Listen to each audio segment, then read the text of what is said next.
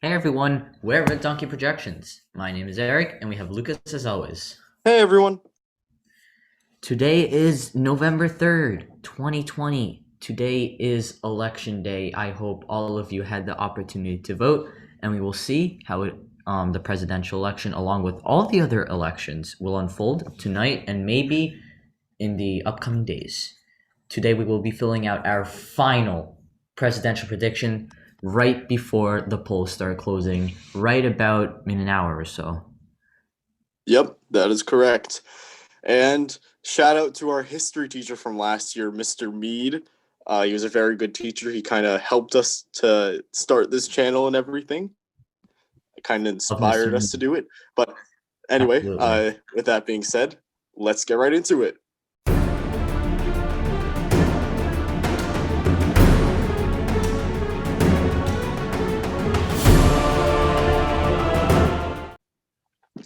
All right, we're going to start off with the safe states. I just realized that I forgot to name it Trump and Biden, but that's okay.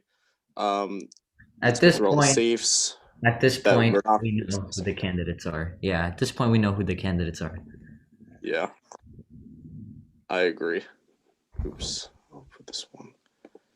All right, so we have laid out the first few safes. Let's add the other ones. So, oopsies. We'll talk about Maine second. I'll just put it in right now because my computer is not cooperating with me today. Illinois, Hawaii, and that might actually be it, except for New Mexico, which we think will go above 15 points. It's going to be around 15, maybe 14, 15, 16, somewhere around there, but we think it's going to be safe. Now, with the safe Republican states, we're not going to explain these either. They are a bit self-explanatory here. Kansas, South Dakota. So they're most of the deep South states, Midwest. Well, not upper Midwest, but this area here. And yes, that does seem to be it. The last time filling out all our safe states on this channel for 2020, except for Alabama. Oops. That should be it. All right, let's now head into our. I just realized I missed New York. Oopsies. All right, let's head now into our likely states. Likely for Montana. Oops. Oh, I don't know what's up with me today. Montana, Kansas, Missouri, Mississippi, South Carolina, Nebraska's first district, Alaska. I'll tackle these all at once. Essentially, these are all states that we're pretty sure are going to go to Trump, just a smaller margin. It's going to be less than 15 points. That's what we are thinking with these states. Heading down to the likely Democratic states, Colorado, Nevada, or actually, I was correct on it. It's pronounced Nevada. Thank you in the comments for correcting me on that. Nevada, Colorado, New Hampshire, Maine, all state, and that might be it. Nevada is going to be one of the closer ones. I'm thinking around 5 points, 6 points. It's Mm-hmm. borderline lean. Colorado is pretty blue at this point. I'm guessing around 10 points, 9 points. New Hampshire, I want to say 6 points as well. I don't think it's going to be as big of a margin as a state like New Mexico might, but Mm-hmm. that is our likely states collection, with the addition of Minnesota. And oops, I forgot Virginia. Virginia, Republicans have not done well here in quite a while. The last time it was a swing state was actually in 2008. It has since not become a swing state. So we are going to put this one as a likely. And Eric, why don't you discuss Minnesota? Yeah, and before I do, just Maine second district. That's a mistake. It should be District One. We'll talk about District Two later. Oh, thanks for catching that. Yeah, apologies for that. I don't know what I was thinking. Mm-hmm. All right. Yeah, so Minnesota is one of the four states in the Blue Wall, which is in high demand from both candidates to win because this is one of the four states that include the easiest pathway to reach 270 electoral votes, which is required to win. Minnesota, I think so. These past few weeks have been pretty consistent. The polling data has been pretty consistent and put Biden up by approximately 9 points. I think that's the average right now. And I wouldn't be surprised if it goes to Joe Biden in that margin. I was reading an interesting article today that although it's not that much in the news today, people of Minnesota are still, voting for the person who thinks they will do the most to like completely avoid what happened in Minneapolis with George Floyd's death, and they're still keeping that in mind. So they're going into this with that in mind, and they think that Joe Biden has laid out more of a plan as to how to combat our systemic racism. So this is why Biden is just ahead a lot in the polls. I see. That's very interesting, and I would also put this one as a likely. All right, let's head now into our lean states. Is that what it is now? Yes, it is. The first lean state we're going to have here is Michigan. So we had this one as likely before. We are going to tone it back down to lean. We're thinking 4 points, 4.5 points, 5 points might be a little bit too much. 5-6 points might be a little bit too much of an overestimate. We think lean is probably more suitable for that. Michigan has a pretty high African American population, and if they do turn out for Joe Biden, that's going to be very good for his campaign today. So what other states are we going to have as lean? We're going to have Wisconsin as lean as well. And I want to pull up the polls right now because Michigan and Wisconsin look very good, especially Wisconsin. They look very good for Joe Biden right now at an 8-point lead. In 2016, Hillary Clinton did not have these leads. Wisconsin, Hillary Clinton, yes, she was up by 6.5 points. She was not up 8.5 points. Pretty big difference there. So Donald Trump is going to need a huge error in the polling data if he wants to win the states back, which it's not looking like he will at the moment. Mm-hmm. And now Pennsylvania, we are also going to put as lean, but this is going to be probably tighter than Wisconsin and Michigan. We're thinking 2-3 points. What do you think of that, Eric? Yeah, and also keep in mind that in the polling data, Joe Biden has above 50% of the vote in all of these states. So assuming that it is correct, with a bit of leeway, for example, undecideds going all to Donald Trump, Biden would still win in a very small margin in some states, but would win in all of these states. And I just want to point out this Rasmussen, which is a pretty right biased. Donald Trump always uses it to show his approval ratings because it does look the best for him. Has Biden up by 3. So, I mean, if Rasmussen has Biden up, then I think that Biden will win this state, probably around 3-4 points. And just to add some more information here, as we say every episode, Western Pennsylvania usually is more rural. Eastern Pennsylvania is usually more urban. All right. Other lean states. Is there any other lean states? Yes. Texas. Now, we were thinking about moving this one to tilt, especially considering how high the turnout is here in Texas. Oh, it's absolutely record-breaking this year. It is very record-breaking. 100%. Eric, you want to talk more about it? Yeah, so I'm not sure exactly on the numbers, but I feel like it's already like 60% higher or something that has to do with 60% of or more than the total vote in 2016. This is early voting. I mean, it's already November 3rd, which I can't process, but like, once again, I'm going to say this again, beat the dead horse. The early turnout is remarkable, not only in Texas, but the turnout in a lot of other states is, it's incredible this year. And, now we have Gen Z who has the ability to vote, and that could really, turn things around. So we'll have to see. Will Texas go in less than 1 point? It's tough to say. Right now, polling has him up by 1. And I'm not sure if Trump can, or Biden can pull off a tilt Republican margin unless turnout continues to go through the roof. I think it's lean borderline tilt, maybe 3 points. I'd say maybe 2, but very tilt much. Mm-hmm.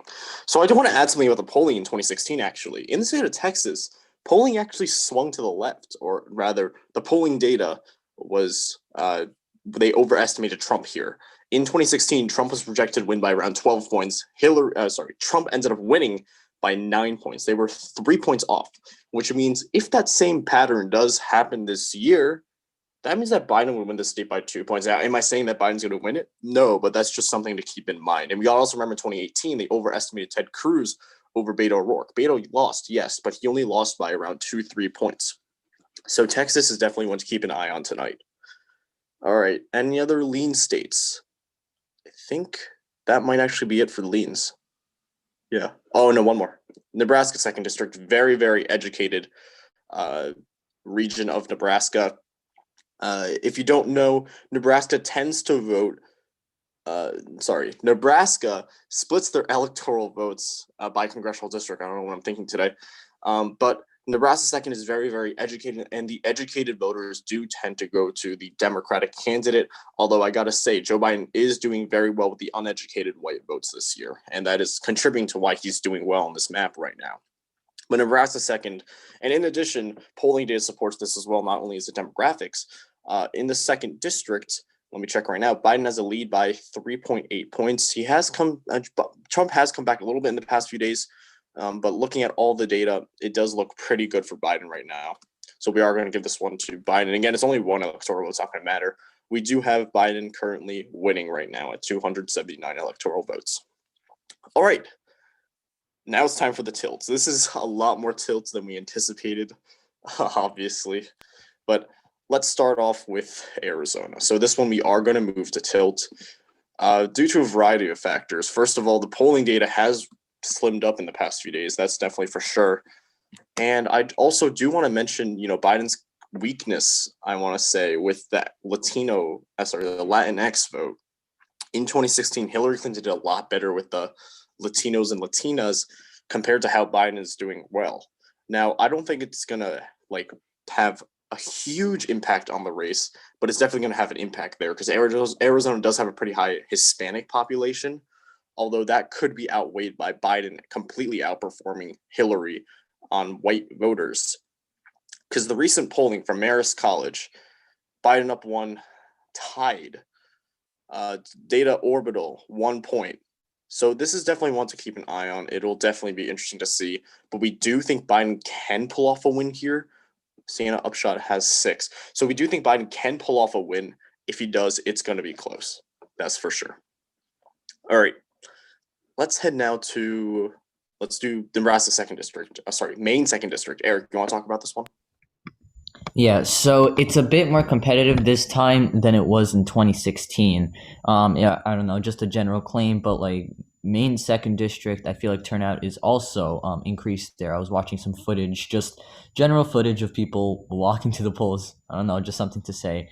But this is usually something the Republicans win, usually without a hassle or too much of a hassle. But this time, in Maine 2nd District, which usually leans to the Republican, it's more rural, pollsters are giving Biden the lead by 3.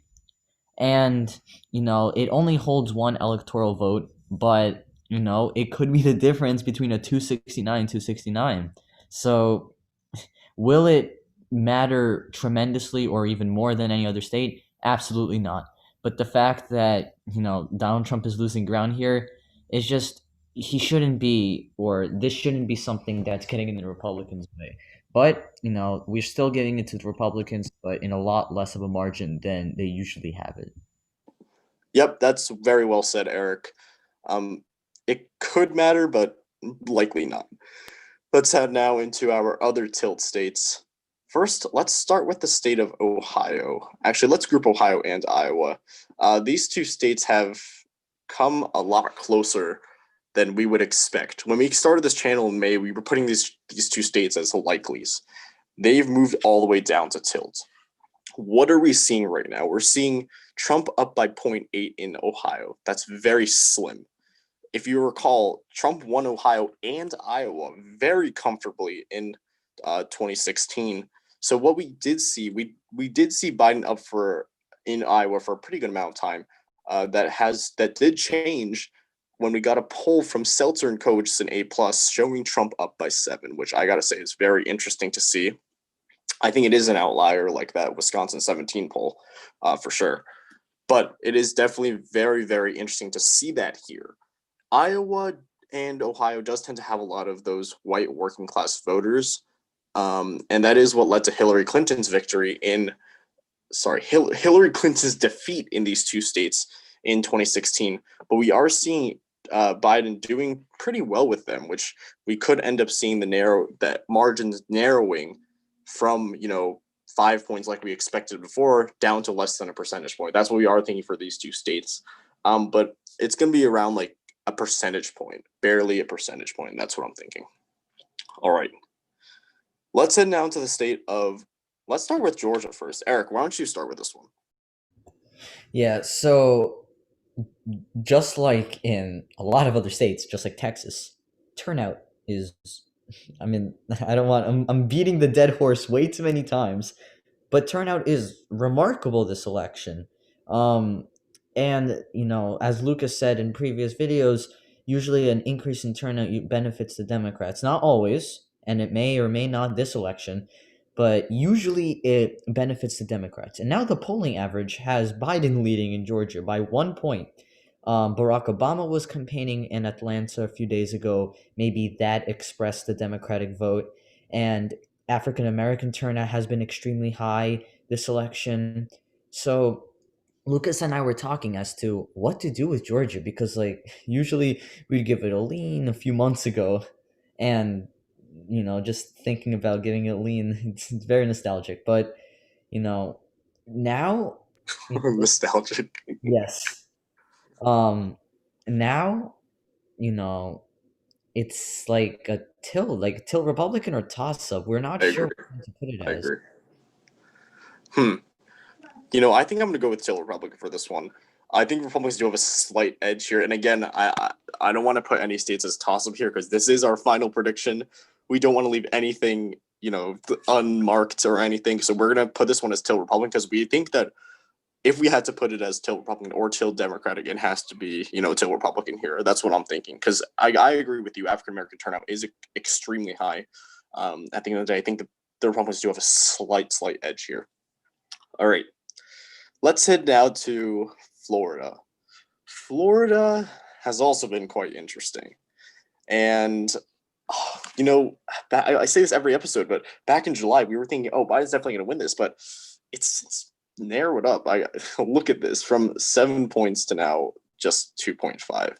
And digging more into this information, it does look like Miami-Dade as well. Some of the other solid Democratic counties are lacking a bit in the turnout, which is not good for Joe Biden at all, because those numbers that he's supposed to be getting in those solid Democratic counties are supposed to outweigh the Republican counties.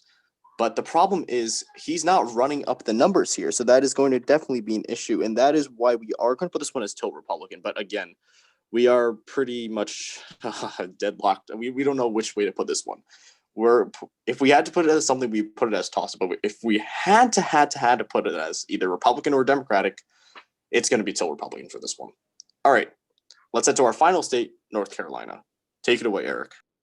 Last state of our 2020 presidential Last state of our prediction, absolutely. This is, very interesting. And like all of you, we will be keeping track of the poll closings, and we will be looking at what happens. And might take days, might not. Who knows? North Carolina is also leading to Trump. The polling average has kind of slumped a little. Biden is in the lead by a slight number.